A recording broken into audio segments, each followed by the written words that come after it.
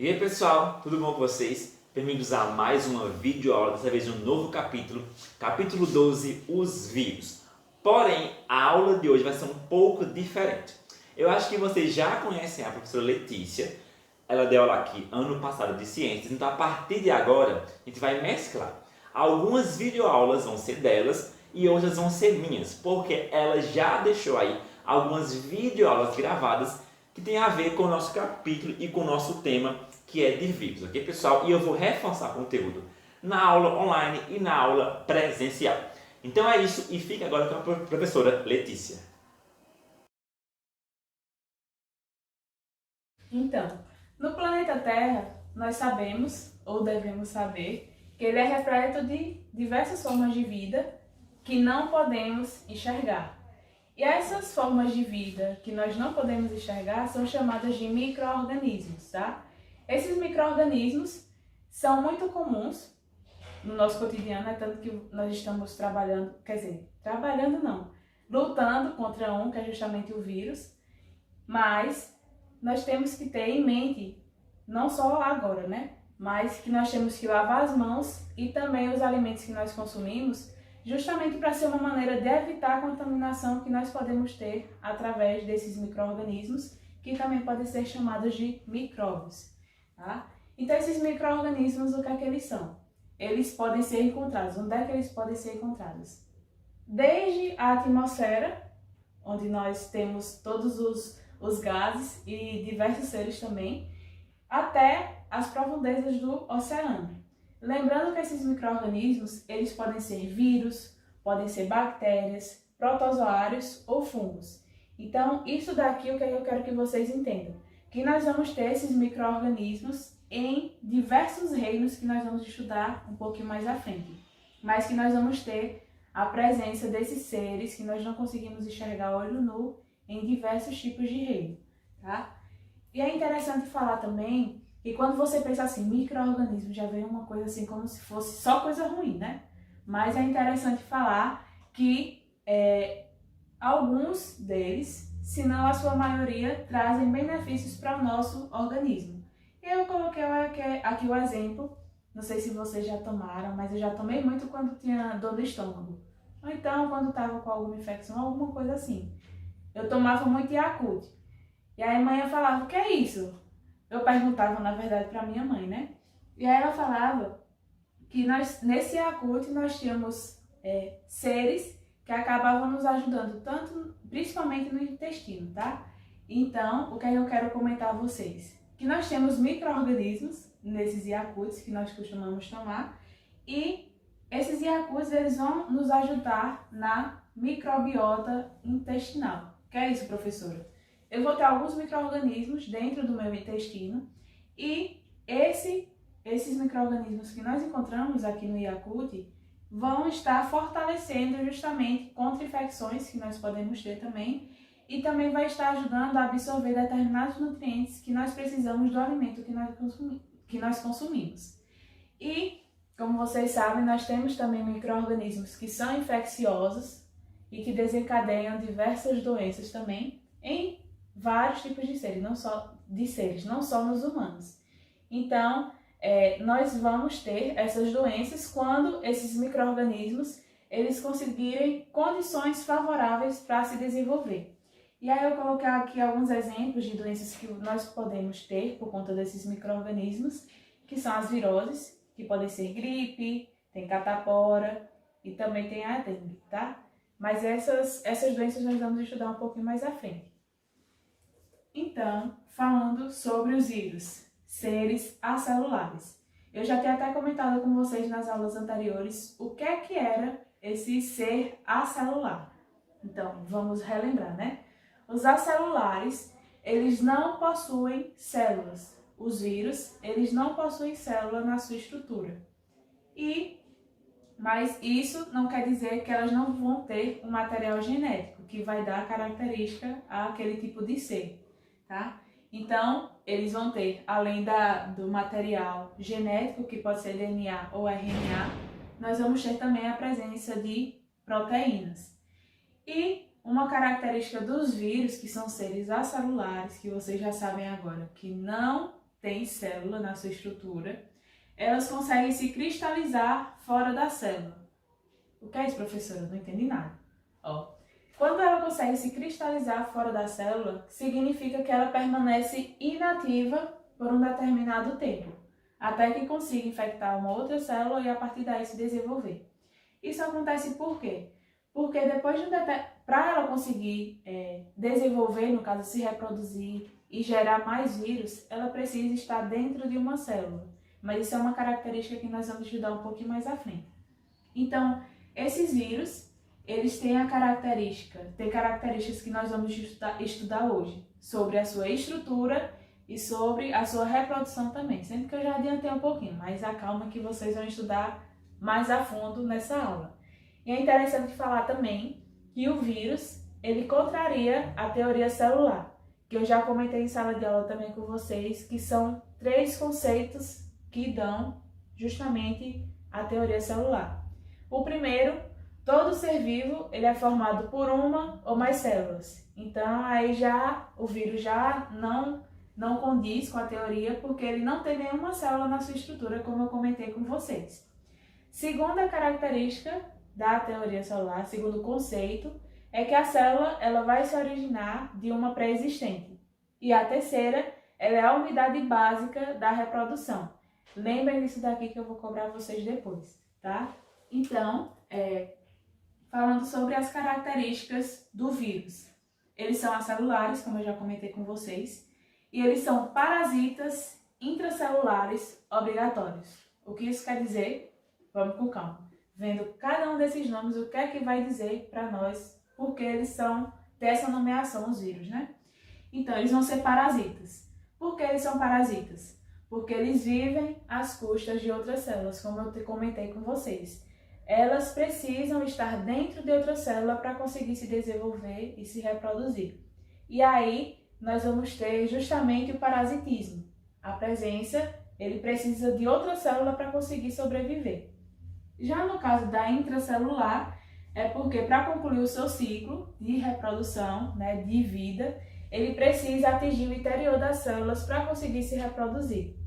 E eu coloquei obrigatórios aqui também, porque eles são incapazes de se multiplicar fora de uma célula, como eu acabei de comentar com vocês também. Ele tem que estar dentro da célula para conseguir se reproduzir, porque se estiver fora, ele não consegue. Tá?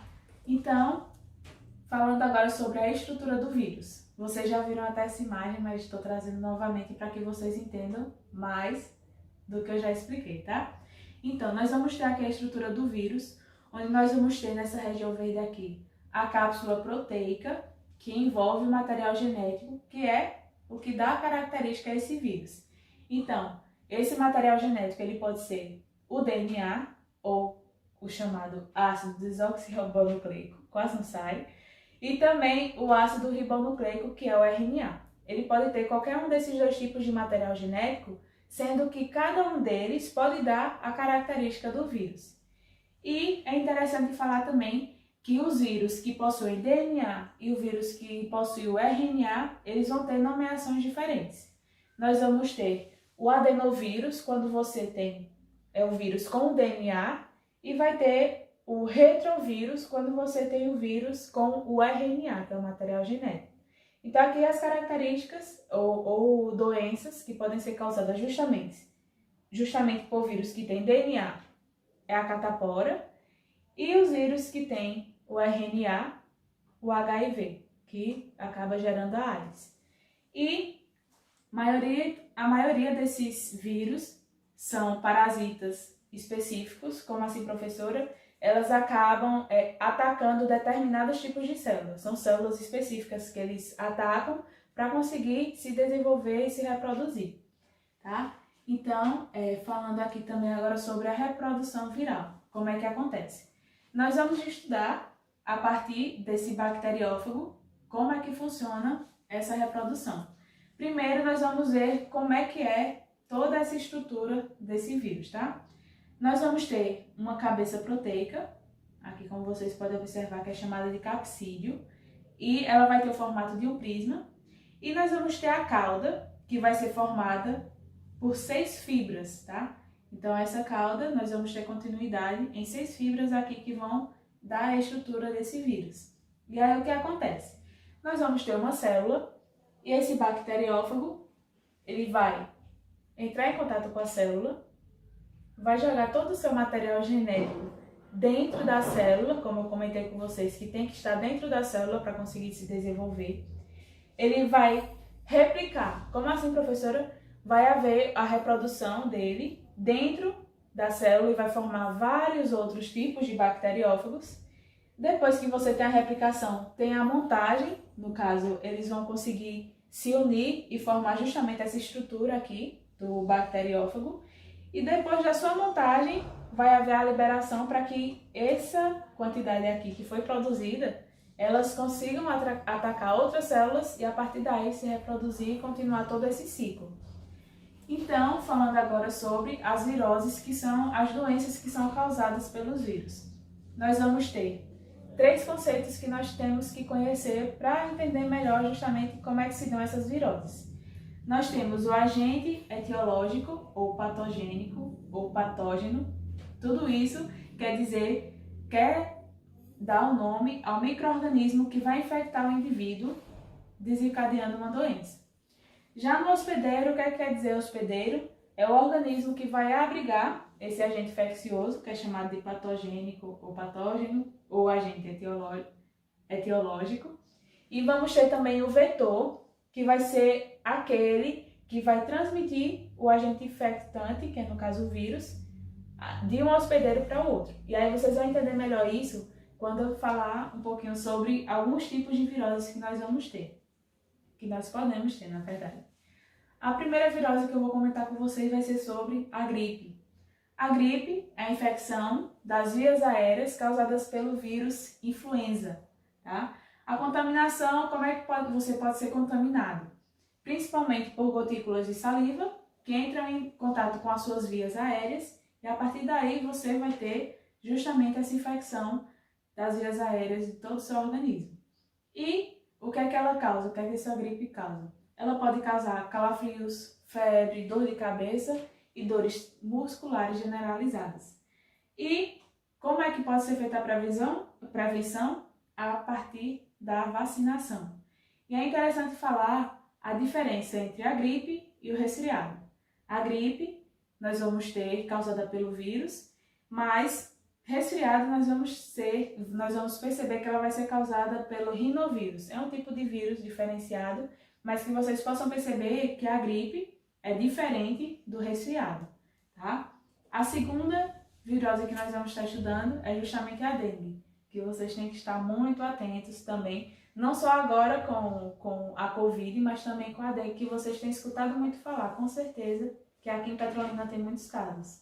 Então, a dengue ela é transmitida através da picada dos mosquitos Aedes aegypti, como vocês já escutaram muito falar, e também do Aedes albopictus. E aqui, o que é que vocês podem entender? Nós vamos ter o mosquito, que vai ter a presença do vírus nele, e dependendo de onde você esteja, você pode ser picado por esse mosquito, que ele vai ser o vetor, porque ele vai estar levando o vírus dentro dele. Então, se você for picado, você pode ter a presença desse vírus no seu organismo. E se, por exemplo, uma pessoa da sua casa, seu pai ou a sua mãe for picado também pelo mesmo mosquito, ele também pode ter a presença do vírus no seu organismo também, gerando a dengue. Então, o que é que a dengue causa? Ela causa intensas dores musculares e nas articulações, febre alta, dores nos fundos dos olhos às vezes, e às vezes também manchas vermelhas no corpo, que depois de um determinado tempo desaparece, né? Em torno de 5 a 10 dias. E na sua forma hemorrágica, que é mais severa, né? Nós podemos ter hemorragias e confusão mental que podem gerar morte. Tá? Então tem que tomar todo esse cuidado, que a dengue não é só você sentir dores em determinados locais, febre e tudo mais. Tem aquela que pode ser mais grave, que pode gerar a morte, tá? Então cuidado. A fêmea do mosquito, nós vamos ver agora, que seus ovos, eles vão ser depositados em recipientes de água, é tanto que todo aquele pessoal, né, que vai na sua casa bater lá na porta, perguntar se tem caixa d'água, se tem algum recipiente aberto, é justamente por esse cuidado. Porque as fêmeas de mosquito, elas são depositam os ovos na água e esses ovos, eles viram larvas, depois de uma semana eles viram mosquitos e a partir daí eles podem estar com o vírus também, indo para qualquer lugar e picando qualquer pessoa, podendo gerar dengue. Então, cuidado com isso. E a prevenção, como vocês sabem, que é combater essa proliferação dos mosquitos, é justamente tampar a caixa d'água ou então tentar tirar recipientes que você possa ver que acumule água, tá? A próxima virose que nós vamos estar trabalhando é a síndrome da imunodeficiência adquirida, ou a AIDS. A AIDS ela é uma síndrome grave que atinge o sistema de defesa do organismo. Então, o indivíduo ele fica vulnerável a qualquer tipo de doença ou qualquer infecção, tá? E se não tiver o cuidado, esse indivíduo que tiver, ele pode chegar à morte por causa de algumas infecções que podem ser fracas, vamos dizer assim, para nós. Por exemplo, gripe ou então alguma outra coisa. Então, como é que se contrai o vírus? Através dos fluidos corporais eliminados durante a relação sexual. Pode acontecer também através da transfusão de sangue e também no momento do parto, onde a mãe ela vai estar parindo um bebê, né, um feto, e a partir daí nós também podemos ter justamente essa transmissão do vírus da mãe para o filho. Sintomas, eles não são específicos, mas o quadro inicial ele pode ser parecido com o da gripe. E a prevenção, como é que nós podemos fazer? Nós podemos usar preservativo em relação sexual. Na transfusão de sangue, você tem que observar. Se você precisar de sangue, você tem que pegar de locais que você sabe, tem certeza que são locais seguros, né? Que foram devidamente testados esses sangues, para que entrem em contato com você. E também, se você for realizar procedimentos invasivos, como cirurgia ou doação de sangue, você tem que ter o material esterilizado ou descartado, tá? E nós temos também um tratamento paliativo, que é chamado de antirretroviral, que é um coquetel de medicamentos que você vai ter, que vai inibir a reprodução desse vírus e vai fazer com que seu sistema imunológico, ou seu sistema de defesa, né, ele fique mais forte, fazendo com que você não fique tão vulnerável a essas infecções ou doenças que vocês podem ter, que a pessoa pode ter. A próxima virose, catapora ou varicela. Acho que vocês já tiveram, né? Então, as características, febre alta e bolhas ou vesículas, depende, pode ser chamado dos dois jeitos, na sua pele, que podem provocar intensa coceira. Transmissão é feita a partir do contato direto com os indivíduos contaminados ou compartilhamento de alguns utensílios. E nós temos também o tratamento a partir do controle da febre e da higienização das lesões. E também existe uma vacina para catapora. Então, se você não teve ainda, veja a possibilidade dessa vacinação para evitar, né, justamente essa virose. Falando agora um pouquinho sobre a cachumba ou parotidite. Então, ela é uma virose contagiosa, também é chamada de papeira, conhecida como papeira pelos mais velhos, justamente porque ela ataca as glândulas salivares e também as glândulas do testículo se você for do sexo masculino. E se você for um homem e tiver a cachumba, pode ter a possibilidade de você ficar infértil, porque acaba atacando justamente o seu órgão sexual e impedindo que você tenha filhos. Essa parotidite, que também é chamada de cachumba, é um outro nome, né? Vem do nome justamente do seguinte: a parte ite significa inflamação e a parótida é a maior glândula salivar. Então, essa relação da inflamação com a maior glândula salivar, por isso tem esses dois nomes, se você quiser dar. A transmissão é feita também pelo contato direto com o indivíduo que vai estar contaminado ou pelo compartilhamento de utensílios. E ela causa febre, indisposição e torna o ato de engolir dolorido. E nós vamos ter também o tratamento através do repouso e do medicamento de controle, tanto para a febre, como também para o alívio das dores que você sente.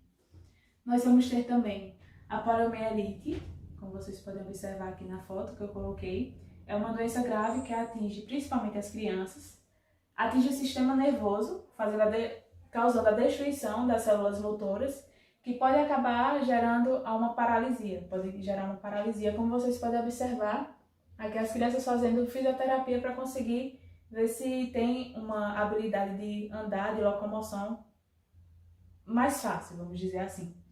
Ela é transmitida pelo ar, pelo contato com as secreções do indivíduo que está contaminado, que está infectado, ou pelo consumo de água e alimentos contaminados também.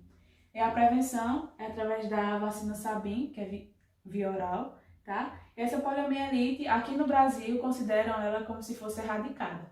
Então, tem todo esse cuidado, principalmente com as crianças, de tomarem essa vacina.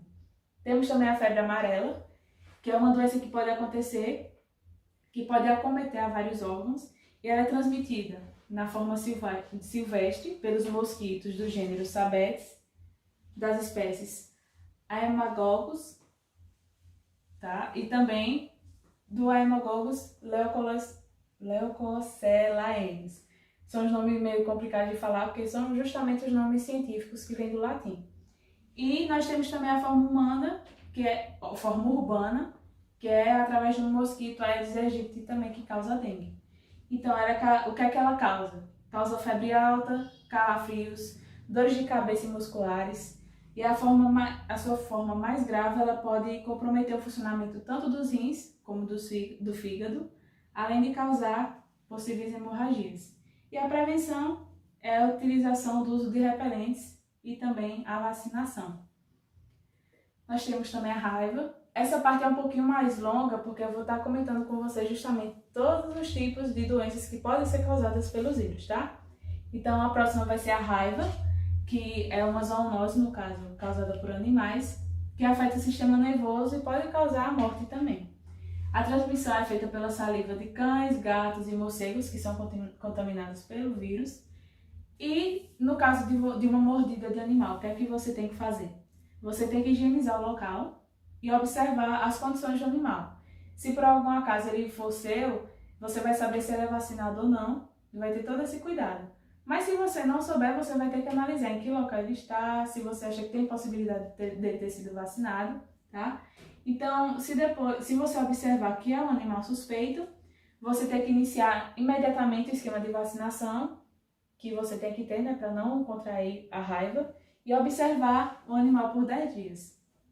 Se esse animal suspeito, ele for uma suspeita descartada, se por algum acaso ele não tiver o vírus, o esquema vai ser interrompido, no caso da vacinação vai ser interrompido após a segunda dose, mas se a suspeita for confirmada, seja por animal doméstico, que é cão e gato, seja por silvestre, né, que nós vamos ter o morcego, você tem que administrar o soro e iniciar também o esquema com 5 doses de vacinas para você não contrair a raiva.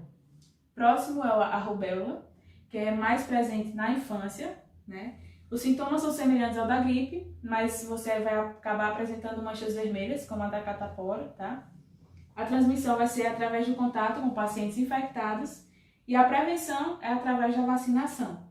No caso das mulheres grávidas, pode haver a malformação do feto justamente por conta dessa rubéola se ela contrair o vírus. O próximo que nós vamos falar vai ser sobre o sarampo, que vai causar várias manchas avermelhadas, febre e conjuntivite. Nós vamos ter a transmissão também através das secreções expelidas pelo indivíduo infectado. A prevenção vai ser por vacina também.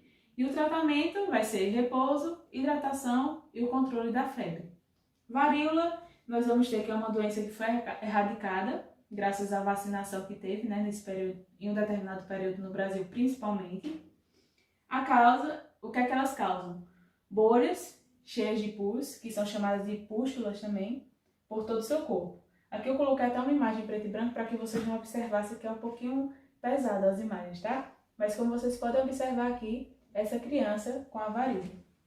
E a transmissão, ela é principalmente feita através da saliva dos pacientes que são contaminados. Nós vamos ter também a hepatite e a papiloma vírus humano, que são as duas últimas viroses que nós vamos estar estudando, tá? Na hepatite, ela vai ser uma doença que vai estar afetando o fígado e a transmissão vai ser por água, alimentos que estão contaminados, através da transfusão de sangue também, relações sexuais e materiais cirúrgicos contaminados. Ela pode causar olho e pele amarelada, que é chamada de icterícia. Pode causar também vômito, febre, dores de cabeça nos músculos, entre outras coisas que você pode estar sentindo. Nós vamos ter 3 tipos de hepatite, A, B e C. Cada uma dessas letras ela vai corresponder a um tipo de vírus e também diferentes sintomas, diferente quadro assintomático. Você pode sentir febre em um, não pode sentir no outro. Então vai variar. Mas que vocês saibam que A, B e C é diferente, você vai ter vírus diferentes e quadro sintomático diferente também. Já existe vacina para o tipo A e B e para que você se previna, você deve evitar contato de secreções da pessoa que vai estar infectada, o contato sexual desprotegido, no caso do tipo B, que é uma doença sexualmente transmissível, e também o compartilhamento de materiais cirúrgicos. E por último, a conhecida HPV, que ela vive na pele, vive na mucosa da vagina, no colo do útero e no pênis, podendo ser associada também ao câncer do colo do útero se você for uma mulher.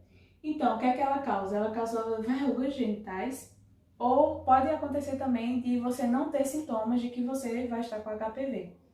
Então, prevenção, através da vacinação e uso de preservativo em todas as suas relações sexuais, e também o tratamento a partir da administração de pomadas ou cauterização, que eu não sei se vocês sabem, mas é queimar o determinado local, no caso que vai ter as verrugas, sempre em consultórios médicos.